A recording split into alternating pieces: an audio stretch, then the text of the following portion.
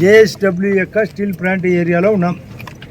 ఇప్పుడే గౌరవ కలెక్టర్ గారు, జేఎస్డబ్ల్యూ టీం, స్థానికులు అందరూ మాట్లాడిన తర్వాత భూసేకరణ కానీ, కరెంటు కానీ, రోడ్డు కానీ, లేదా నీరు కానీ, అంటే ఎక్కడి నుంచి నీరు రావాలా, గండికోట నుంచి నీరు, ఇలాంటి కార్యక్రమాలన్నీ క్లియరెన్స్ తర్వాత గౌరవ ముఖ్యమంత్రి గారు 25వ తేదీ నాడు, ఇది ప్రధానంగా చెప్తున్నామంటే 12 ఏళ్ల పాలన మోడీ గారు, 2 ఏళ్ల పాలన కూటమి ప్రభుత్వం, 2 ఏళ్ల పాలన కూటమి ప్రభుత్వం. దీన్ని దృష్టిలో పెట్టుకొని ఎన్నెన్నో ప్రాజెక్టులు చేసినాం. కడప స్టీల్ ఫ్యాక్టరీ ఇదో అదో అంటే దీని పేరు JSW Rayalaseema steel plant.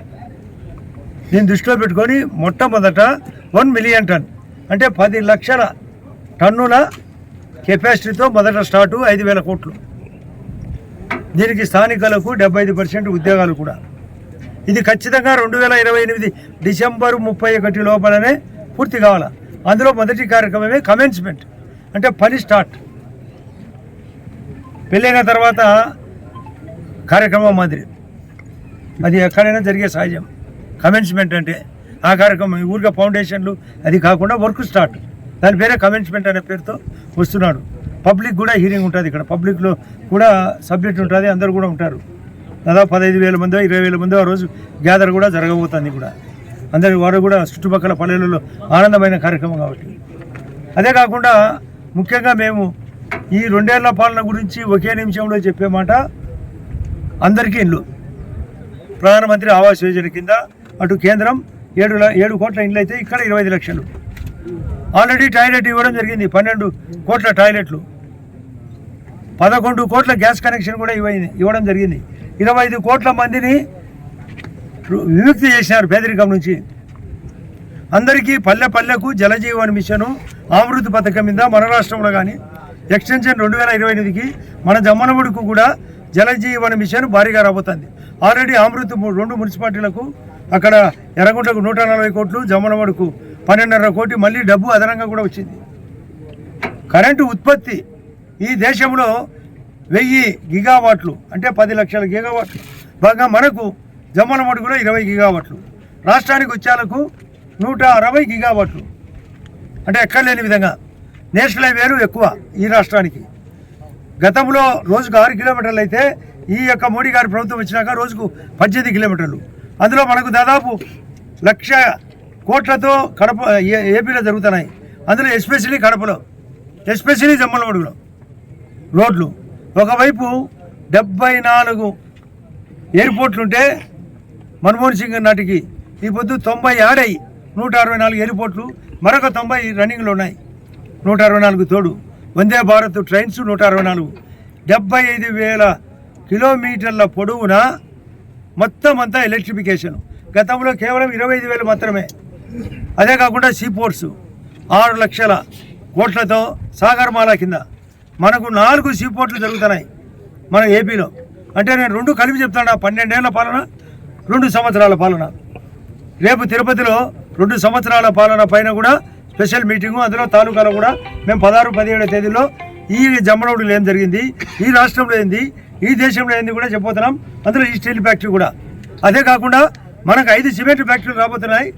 Jammalamadugu Dalmia factory మధ్యలో ఆదాని కానీ, దాల్మియా ఎక్స్టెన్షన్ కానీ, చెట్టినాడు సిమెంట్ కానీ, శ్రీ సిమెంట్స్ కానీ, జేకే సిమెంట్స్ కానీ, ఇండస్ట్రీ జోన్, సోలారు, విండు, పవరు. కాబట్టి ఇన్ని రకాలుగా ప్రతి ఐటెం చెక్ చేసి, ఇంకా కొన్ని కొదవలు ఉన్నాయి, గ్యాప్స్ ఉన్నాయి. ఏది 1,500 రూపాయలు అమ్మాయికి డబ్బు ఇవ్వాలా, 3,000 రూపాయలు నిరుద్యోగ భృతి ఇవ్వాలా, గండికోట ప్రాజెక్టులు డబ్బులు ఇవ్వాలా, అక్కడ రాజోలి జరగాల, ఎస్ఆర్బి జరగాల, ఈ పక్కన ఉండే ఆర్టీపీపీలో కొన్ని జాబ్స్ కూడా ఇవ్వాలా. ఇవన్నీ మేము ఒత్తిడి పెడుతున్నాం, క్లియర్ చేస్తామని చెప్తున్నాం. ఈ 24 నెలల పాలన ఆ మహానుభావుడు చేసిన 60 నెలల పాలన కంటే 4 టైమ్స్ ఎక్కువ ఉంది. ఇప్పటికే ఇంకా వ్యవధి ఉంది, సమస్యలు ఉన్నాయి, సమయం ఉంది, పూర్తి చేస్తాం. మోడీ గారి ఆలోచన విదేశాలతో సఖ్యతగా ఉన్నాడు. ఇంత ఒడిదుడుగులో యుద్ధము జరుగుతానే కూడా డీజిల్ గ్యాస్ సప్లై జరుగుతుంది. కొద్ది రేటు మహా అంటే 10% రేట్లు పెంచారు. అదే పాకిస్తాన్లోనో ఆఫ్ఘనిస్తాన్లో 400% పెంచారు. ఇక్కడ 10% అయితే అంటే ఒక లీటర్ అక్కడ 600, 700, 800 జరుగుతుంది. ఇక్కడ 100 రూపాయలు, 100, 105 రూపాయల లోపల ఇంత జరుగుతానే కూడా 7.7% వృద్ధి రేటు ఉంది. ఎవరైతే జీడిపి పెంచి, ఎవరైతే ద్రవ్యోల్బణం తగ్గించి, ఫారిన్తో అఫైర్స్తో సఖ్యత ఉండి ఎఫ్డీ కూడా అలో చేసింది ఈ ప్రభుత్వం, కేంద్ర ప్రభుత్వం. అందరికి ఇల్లు ఇచ్చి, ఇంట్లోకి నీళ్ళు ఇచ్చి, కరెంట్ ఇచ్చి, గ్యాస్ ఇచ్చి, బియ్యం ఫ్రీగా ఇచ్చి, ఆరోగ్య కార్డు ఇచ్చి, రేపు ఆగస్టు 15 నాటికి సంజీవిని పథకంతో ప్రతి ఒక్క ఇంటికి హెల్త్ కార్డు. సంజీవిని అంటే ఆ రోజు లక్ష్మణుడు చనిపోయినప్పుడు ఆంజనేయుడు ఎక్కడో హిమాచల్ ప్రదేశ్ హిమాలయాల నుంచి తెచ్చిన మందు ఆయన కాపాడినట్టు ప్రతి ఇంటికి సంజీవిని. ఆయుష్మాన్ భారత్ సెంట్రల్ గవర్నమెంట్, విద్య సమగ్ర శిక్షా అభియాన్, ఇక్కడ కూడా లోకేష్ గారు వచ్చినాక చాలా మార్పులు జరిగినాయి. బ్రహ్మాండంగా గవర్నమెంట్ స్కూల్లో కూడా ప్రైవేట్ స్కూళ్ళతో పోటీపడి వసతులు దానికంటే ఎక్కువ పెట్టి ర్యాంకులు కూడా వచ్చినాయి. మేము మొన్న వారం కిందట వాళ్ళకు సర్టిఫికేట్లు కూడా ఇచ్చి వాళ్ళకు సొంత స్పాన్సర్షిప్ కూడా ఇచ్చినాం. ఎక్కువ మార్కులు వచ్చినాయి. 588 మార్కులు, 600కు 10th క్లాస్ వస్తే ఆ 12 మార్కులు వచ్చేదానికి ఏం చేయాలా? తక్కువ 6 మార్కులు పూర్తి చేయాలా? మాకు కూడా రాజకీయాల్లో కొన్ని గ్యాపులు ఉన్నాయి. ఆ గ్యాపులు ఎట్లా పూర్తి చేయాలా? మోడీ గారి దగ్గర కొన్ని గ్యాపులు ఉన్నాయి, పనులు చేయాలా? సమయం ఉంది, పరిగెత్తిస్తున్నాం. ఇప్పుడు అందరికీ తెలుసు, కేవలం కాంగ్రెస్ పార్టీ వాళ్ళు ప్రతిపక్షాలు బీజేపీ వాళ్ళు చేస్తే వాళ్ళు హిందూ ధర్మం పైన అనే పేరు అడ్డపెట్టి తప్పుడు మాటలు మాట్లాడుతున్నారు. అన్ని మతాలను కాపాడే బీజేపీ పార్టీ, ఎన్డీఏ పార్టీ ఇప్పటికే 22 రాష్ట్రాలు ఉంది. మన రాష్ట్రంలో కూటమి ఉంది. మరింత బలపడతాం, మరింత సమర్థవంతంగా పనిచేస్తాం. ఈ స్టీల్ ఫ్యాక్టరీతో పాటు ప్రతి ఒక్కటి వెతుకుతున్నాం. రేపు వికసిత భారత్ జూలై 1 నుంచి స్టార్ట్ చేస్తున్నాం. దాని వలన గ్రామీణ ఉపాధి పథకం కంటే మెరుగైన పథకం. ఏ ఐటమ్ అయినా ఇప్పుడు ఒక్కసారి గమనించండి, లైటింగ్ ఎట్లుందో అక్కడ దూరంగా గమనించండి, త్రాగునీళ్ళు ఎట్లున్నాయో గమనించండి, రోడ్లు ఎట్లున్నాయో గమనించండి. రూర్బన్ అనే స్కీమ్ కూడా మోడీ గారు పెట్టి పల్లెల్లో పట్టణ వసతులు ఉండాలి. అలాంటి స్కీములు కూడా ఇక్కడ సక్సెస్ చేసినాం. మారుమూల పల్లెల్లో కూడా బ్రాడ్బ్యాండ్ వస్తుంది, 5G వస్తుంది. మా పల్లెలకు స్విగ్గీ ఆర్డర్లు వస్తున్నాయి. అంటే అందరికీ ఉపయోగపడాలని, అందరికీ అన్ని రకాలుగా ఉపయోగపడితేనే అది నిజమైన ప్రభుత్వం. మోడీ గారు విశ్వకర్మ స్కీమ్ కూడా పెట్టాడు. రేపు ప్రపంచ దేశాల్లో నిన్ననే ట్రంప్ గారు ఒక స్టేట్మెంట్ ఇచ్చారు. నా స్నేహితుడు బ్రహ్మాండమైన కార్యదక్షుడు, బాగా పని చేసే హీరో అని చెప్పినాడు. కాబట్టి 12 ఏళ్ల పాలన, ఇక్కడ 2 ఏళ్ల పాలనలో మన చంద్రబాబు నాయుడు గారికి అపూర్వ అనుభవం ఉంది. ఉమ్మడి రాష్ట్రాన్ని 2 సార్లు పాలించినాడు, ఇక్కడ 2వ సారి పాలిస్తున్నాడు. జగన్మోహన్ రెడ్డి పప్పులుడు కావు, దరిద్ర మాటలు అన్నీ డాన్ అంటే కనపడకుండా విలనిజం చేసే వ్యక్తిని డాన్ అంటారు. వాళ్ళందరినీ విలన్లను పంపించాడు. ప్రతిరోజు అడ్డుపుల్ల. ప్రతిపక్షం అంటే సహేతుమైన విమర్శ ఉండాలి. ప్రతి దానికి అడ్డుపుల్ల వేయడం, నేను అది పొడుచా ఇది పొడుచా అనడం. నేను ఒక మీటింగ్లో చెప్పిన, పంచభూతాలు కూడా నా కంట్రోల్ అని చెప్పగలిగిన పెనుభూతం ఈ జగన్ అని. కాబట్టి ప్రతి దానికి అడ్డపడే ఈ జగన్ పాలన వద్దని మేము ప్రతి ఊర్లో, నేనైతే గౌరవ ముఖ్యమంత్రి గారికి చెప్పిన, 1000 ఓట్లకు ఒక కమిటీ అంటూ వేస్తే స్థానిక కమిటీ వాళ్ళే చెప్తారు అన్నీ మాకేం గ్యాప్ ఉన్నాయని. మాకు రెవెన్యూ మ్యాటరా, పోలీస్ మ్యాటరా, హెల్త్ ప్రాబ్లమా, ఉద్యోగమా, ఉపాధి, లేకపోతే అగ్రికల్చరా, ఇండస్ట్రీనా, టూరిజం కూడా బ్రహ్మాండం జరుగుతుంది దేశవ్యాప్తంగా. అందులో భాగంగా మన గండికోట కూడా 78 కోట్లు శాసకీయ అనే ఫండ్స్ ఇచ్చారు. కూడా మళ్ళీ వాళ్ళకు కూడా గండికోట లోపల ఉండే వాళ్ళకు కూడా చెప్పినాం, బయటికి రండి, యునెస్కో కన్ఫర్మేషన్ వస్తుంది, మీకు చక్కటి కాలనీ కడతామని. అందరినీ ఒప్పించుకొని సెంట్రల్ ఆర్కియాలజీ డిపార్ట్మెంట్ వాళ్ళతో కోయిన్సైడ్తో చేసుకొని, ఒకవైపు శాంతి భద్రత పెరిగింది, ఫ్యాక్షనిజం పోయింది, టెర్రరిజం పోయింది, నక్సలిజం పోయింది. ఒకటే విధం ఫ్యాషనిజం వచ్చింది, ప్రగతి వచ్చింది. ఇదందరూ ఎక్కడైనా మీరు పల్లెల్లో చెక్ చేసుకోండి, ఏ పల్లెైనా ఏం జరుగుతుంది, ఏం జరగలే, ఆ రోజు ఏంది, ఈ రోజు ఏంది. బస్సు ప్రయాణం ఉచితంగా జరుగుతుంది లేదా. రేపు జూలైలో మళ్ళీ తల్లికి వందనం ఇవ్వబోతున్నాం. అన్నదాత సుఖీవ మళ్ళీ జూలైలో మళ్ళీ మొదటి విడత స్టార్ట్ అవుతుంది. ప్రతి ఒక్కరికి ఇంత గ్యాస్ కనెక్షన్, ఇంత ప్రాబ్లం అనే పల్లెలకు గ్యాస్ ఫ్రీగా పంపిణీ చేస్తున్నాం. తెల్ల కార్డు ఉండే ప్రతి ఒక్కరికి 5 కేజీల బియ్యం, సన్న బియ్యం 15 రోజుల పాటు వెసులుబాటు కార్యక్రమం. కాబట్టి దీన్ని దృష్టిలో పెట్టుకొని నాట్ ఓన్లీ జేఎస్డబ్ల్యూ నిరంతర ప్రక్రియ జరుగుతూనే ఉంటుంది, పోరాడుతూనే ఉంటాం. మరొక 1000 రోజులు అంటే జనవరి 2029 నాటికి ఈ ఫ్యాక్టరీతో పాటు ఎన్నో ప్రాజెక్టులు తయారవుతాయి. ఆ రోజు జనవరి 1 నుంచి ఏప్రిల్ మేలో జరగబోయే ఆ 100 రోజులు ప్రచార పర్వంతో ఒక ఊపుతాం. అక్కడ వెస్ట్ బెంగాల్లో జరిగిపోయింది. రేపు తమిళనాడులో కూడా విజయ్ చెప్పినట్టు ఏం చేయలేడు డబుల్ ఇంజన్ లేకుండా. కారణం డబుల్ ఇంజన్ చాలా అవసరం. ఇక్కడ డబుల్ ఇంజన్ పవన్ కళ్యాణ్ గారి యొక్క ఆలోచన కూడా బ్రహ్మాండంగా ఉంది. మా అందరి సహకారం. రేపు మీటింగ్లో కూడా చాలా విషయాలు మాట్లాడతాం. కాబట్టి ఈ సందర్భంగా ఈ జేఎస్డబ్ల్యూ ఫ్యాక్టరీ ఇక్కడ స్థానికులకు ఇంపార్టెంట్ ఇస్తూ, ఉద్యోగ కల్పనిస్తూ, ఉపాధి కల్పనిస్తూ, స్కిల్ సెంటర్ ఇక్కడ మళ్ళీ పెడుతూ, ఆల్రెడీ పాలిటెక్నిక్ కాలేజీలో కూడా నేను కలెక్టర్ గారు మాట్లాడుకున్నాం. పాలిటెక్నిక్ కాలేజీలో న్యాక్ సెంటర్ను కూడా యాడ్ చేసి దాల్మే వాళ్ళ సహకారం, ఒకటి కొండాపురంలో, ఒకటి జమ్మలూరు ఐటీఐ కాలేజీలో మరొక న్యాక్. నేను ఒక జిఎంఆర్ ఫౌండేషన్ తరఫున ఒకటి పర్సనల్గా విజిట్ చేసిన.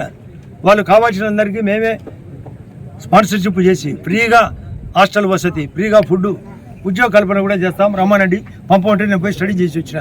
వాళ్ళు కూడా మా ట్రైనింగ్ క్లాస్కి వస్తామంటారు. మరి జిఎంఆర్ అంటే జి మల్లికార్జునరావు, ఆయన 9 చోట్ల పెట్టినాడు స్కిల్ సెంటర్లో, అనేక ఉద్యోగాలు ఇప్పించినాడు.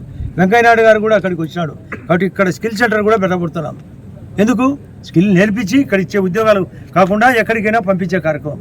నేను ఆశ్చర్యమైన కార్యక్రమం, అక్కడ బీఎస్సీ నర్సింగ్ వాళ్ళకు జర్మనీ లాంగ్వేజ్ నేర్పిస్తారు. ఎందుకని అడిగినా, అక్కడ అపారమైన అవకాశం ఉందంట. ఇక్కడ మా అంటే 30-40 వేలు జీతం, అక్కడ 3 లక్షలు జీతం ఇస్తారంట.